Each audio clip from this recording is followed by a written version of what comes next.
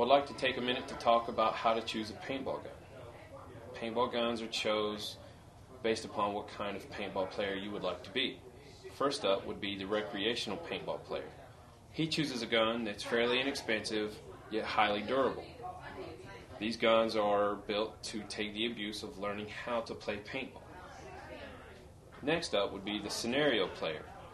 He chooses his gun based upon a more standard look of an actual weapon. The scenario player plays games that are based upon actual battles and reenactments. They try to obtain a goal at the end of their play, and they try to keep reality a part of their game. Next would be the tournament player. The tournament player chooses his paintball gun based on function. Tournament players' guns have to shoot at a high rate of speed, some up to 15 balls per second.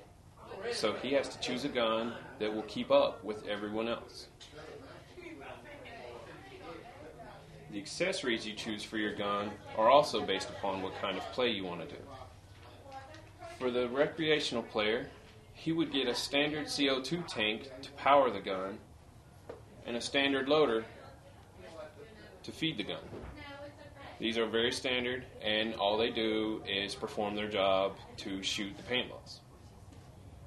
When you step into scenario or tournament play, when you want the higher rates of fire and the more consistent shots, you start getting into the nitrogen tanks.